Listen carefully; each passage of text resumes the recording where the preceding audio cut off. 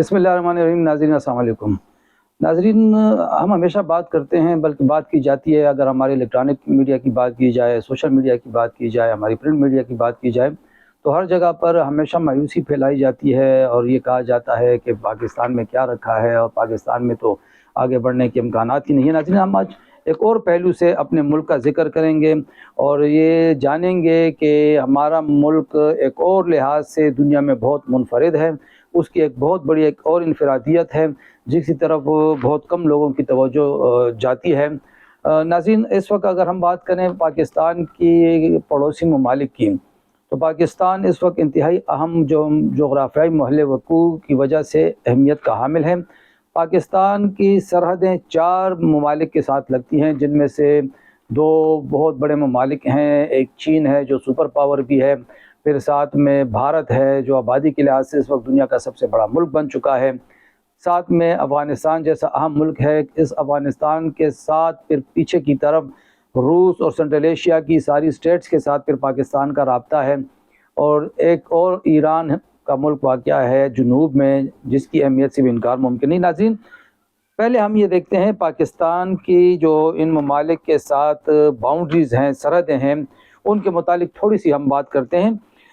شمال میں اگر ہم دیکھیں تو ہماری سرحد لگتی ہے ہمارے عظیم پڑوسی ملک چین کے ساتھ, اور اس سرحد کی کل لمبائی ہے کوئی 596 کلومیٹر, اور اس سرحد کو حتمی شکل دی گئی تھی 15 مارچ 1963 کو. ناظرین, پاکستان آزاد ہوا تھا 1947 کو, لیکن اس کے بعد جب کشمیر کا تنازع جاری رہا اور پھر 1962 میں بھارت اور چین کی جنگ ہوئی, اس کے بعد پھر پاک چین سرحدی مذاکرات ہوئے اور بارڈر کو حتمی شکل دی گئی اور کچھ حصہ پاکستان نے چین کے حوالے کیا. ناظرین, اس بارڈر کی لمبائی میں نے آپ کو بتایا 596 کلومیٹر ہے. اس کے ساتھ پھر جو ہمارا بارڈر لگتا ہے افغانستان کے ساتھ, پاک افغان بارڈر کی لمبائی بنتی ہے 2611 کلومیٹر, اور اس سرحد کو حتمی شکل دی گئی تھی 12 نومبر 1893 کو, 12 نومبر 1893 کو, جب یہاں پہ برطانیہ کی حکومت تھی.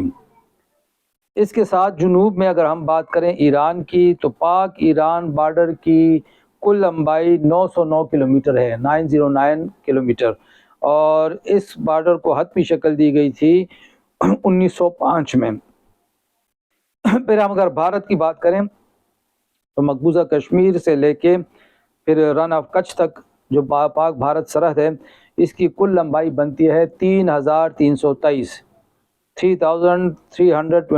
کلومیٹرز, اور اس کو یہ بارڈر وجود میں آیا تھا 17 اگست 1947 کو, مگر جب دسمبر 71 میں جنگ ہوئی اور پاکستان اور انڈیا کا معاہدہ ہوا, تو لائن آف کنٹرول کی حد بندی کرنے کے بعد 2 جولائی 1972 کو موجودہ شکل دی گئی ہے بارڈر کو. یوں پاکستان کی کل سرحدوں کی لمبائی جو ان 4 ممالک کے ساتھ لگتی ہے, اس میں ہم بحیرہ عرب کو بھی شامل نہیں کرتے, یہ بنتی ہے کوئی 7439 کلومیٹر, بہت بڑا حصہ ہے. ناظرین, لیکن اس سے جو دلچسپ بات میں بتانے لگا ہوں, جس کی طرف بہت کم توجہ جاتی ہے, بہت کم لوگ توجہ دیتے ہیں, وہ یہ ہے کہ پاکستان کے ان ڈائریکٹ پڑوسی ممالک کی آبادی کتنی ہے. ان ڈائریکٹ پڑوسی ممالک میں ہیں جو ظاہر ہے افغانستان کے ساتھ پیچھے جو سنٹرل ایشیا کے ممالک ہیں, پھر اس کے ساتھ روس ہے, ہم اس کی بات نہیں کرتے, ہم ڈائریکٹ ممالک کی بات کرتے ہیں جن 4 ممالک کے ساتھ ہماری سرحدیں لگتی ہیں. ان میں ناظرین اگر آپ دیکھیں تو اس وقت آبادی کے لحاظ سے دنیا کے 2 بڑے ممالک ہیں اور دونوں کی سرحدیں پاکستان کے ساتھ لگتی ہیں. بھارت آبادی کے لحاظ سے اس وقت دنیا کا سب سے بڑا ملک بن چکا ہے, وہ چین کو پیچھے چھوڑ چکا ہے, اور 2024 میں ایک اندازے کے مطابق بھارت کی آبادی 1.44 ارب تک پہنچ چکی ہے. اس کے مقابلے میں چین کی بات کریں تو چین کی آبادی اس وقت 1.42 ارب ہے. ساتھ میں پھر افغانستان کی اگر ہم بات کریں تو اس کی آبادی بھی کوئی 4.25 کروڑ ہو چکی ہے, اور ایران کی آبادی 9 کروڑ کے لگ بھگ ہے.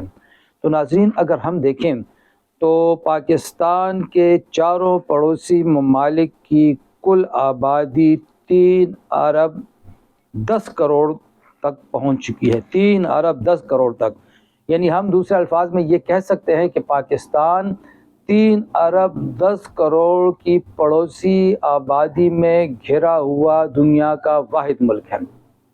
دنیا کے اور کسی ملک کی پڑوسی آبادی اتنی زیادہ نہیں ہے، حتیٰ کہ نہ چین کی نہ بھارت کی، کیونکہ اگر ان کی پڑوسی آبادی، ان کے ساتھ پڑوس کے ممالک کو دیکھیں گے تو چین کی آبادی کو مائنس کرنا پڑے گا، بھارت کے پڑوسی ممالک کو دیکھیں گے تو بھارت کی آبادی کو منفی کرنا پڑے گا۔ تو ناظرین، اس وقت پاکستان کو یہ منفرد اہمیت حاصل ہے، مقام حاصل ہے کہ یہ 3 ارب 10 کروڑ کی پڑوسی آبادی میں گھرا ہوا ملک ہے۔ یعنی اس کی ڈائریکٹ سرحدوں پر 3 ارب نفوس سے زائد کی منڈیاں موجود ہیں۔ یہ اتنا بڑا موقع ہے، یہ دنیا کے اور کسی ملک کے پاس نہیں ہے۔ یہ موقع نہ چین کو حاصل ہے، یہ موقع نہ بھارت کو حاصل ہے، یہ موقع نہ ایران کو حاصل ہے، یہ موقع نہ امریکہ کو حاصل ہے، دنیا کی کسی ملک کو یہ موقع حاصل نہیں ہے۔ پاکستان کے پاس یہ موقع ہے کہ وہ اپنی تجارت بڑھائے، تجارتی حجم میں اضافہ کرے، سرمایہ کار دوست پالیسیاں لائے، تجارت دوست پالیسیاں لائے، پڑوسی ممالک کے ساتھ تجارت کو فروغ دینے کے لیے ہر ممکن حد تک کوشش کریں۔ اس سلسلے میں خوشائند بات یہ ہے کہ پاک فوج کی طرف سے جو ایک انیشیٹو لیا گیا ہے SIFC کی صورت میں، خدا کرے کہ یہ منصوبہ کامیاب ہو۔ پاکستانی قوم کو ناظرین اس سے کوئی غرض نہیں کہ کون استحکام لا رہا ہے، کون تجارت بڑھا رہا ہے، کون بے روزگاری کو ختم کر رہا ہے۔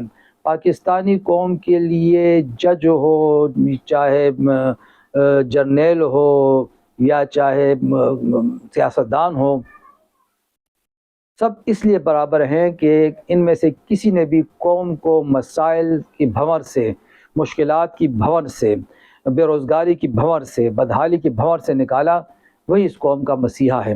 تو ناظرین، اب دیکھیں ایک ہماری بدقسمتی کہ جو تازہ ترین اعداد و شمار ہمیں دستیاب ہیں، اس کے مطابق اس وقت ہمارا تجارتی خسارہ اس وقت بھی 13.8 ارب ڈالر کا ہے۔ بہت بڑا فرق ہے، یعنی ہماری جو درآمدات ہیں وہ بہت زیادہ ہیں، جو ہماری برآمدات ہیں وہ اس کے مقابلے میں کم ہیں، اور اس یہی وجہ ہے کہ جب تجارتی خسارہ بڑھتا ہے، اقتصادی مشکلات پیدا ہوتی ہیں۔ تو ناظرین، ایک سروے کے مطابق 15 سے 24 سال کے 10.8% نوجوان پاکستان میں بے روزگار ہیں۔ یہ بہت خطرناک شرح ہے۔ اس لحاظ سے اگر ہم دیکھیں تو پاکستان کی جو لیبر فورس ہے، جس کی تعداد کوئی 7 کروڑ 17 لاکھ سے زائد کی بنتی ہے، ان میں سے 56 لاکھ سے زائد بے روزگار ہیں۔ اور یہ بے روزگاری کی تعداد جو ہے، بے روزگاروں کی تعداد اور بے روزگاری کی یہ شرح بڑھتی جا رہی ہے۔ ناظرین، کیا ہی اچھا ہو کہ تجارتی پالیسیوں کو فروغ دے کر کچھ عرصے کے لیے کشیدگی کو ایک سائڈ پہ رکھ کر جن کو ہم دشمن ممالک سمجھتے ہیں، ان کو بھی کیوں نہ تجارتی میدان میں شکست دی جائے۔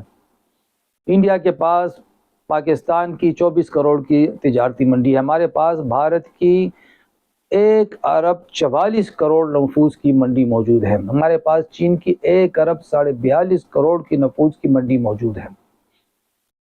ہم اگر چین کے ساتھ سی پیک میں چل رہے ہیں، وہ ادھر کارخانے لگا رہے ہیں، اس کے بدلے میں ہمیں اپنی بعض برآمدات چین کی طرف لے جانے کے لیے بھی کوششیں کرنی چاہیے۔ خاص طور پر چین پاکستان سے خام مال کے لیے منرلز کی صورت میں وہ بہت زیادہ دلچسپی لے رہا ہے۔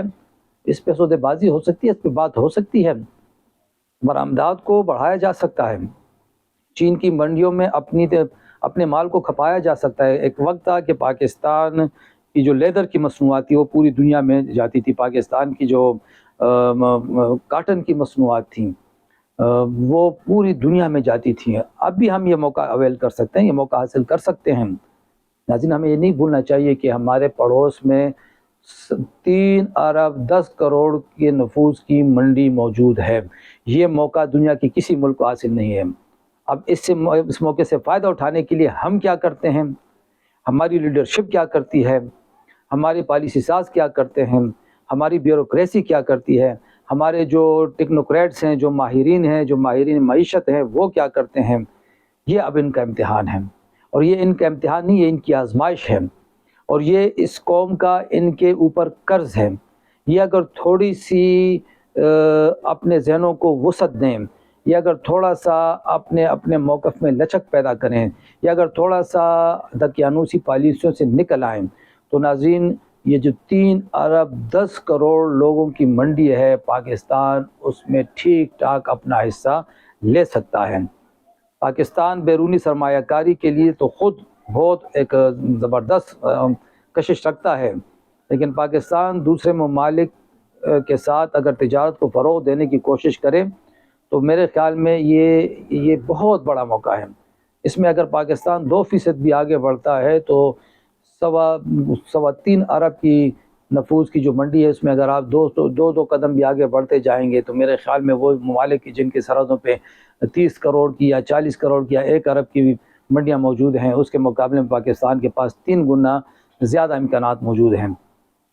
دعا کریں ناظرین، اور خدا کرے، ہماری دعا ہے کہ پالیسی ساز اس طرف آئیں، ملک کو سیاسی استحکام نصیب ہو، معاشی ترقی نصیب ہو، بے روزگاری کی شرح کم ہو، مہنگائی کی شرح کم ہو۔ اس کے لیے جس نے بھی کردار ادا کیا وہی پاکستان کا محسن ہے، وہی اس قوم کا محسن ہے، اور قوم انہی لوگوں کو یاد رکھے گی۔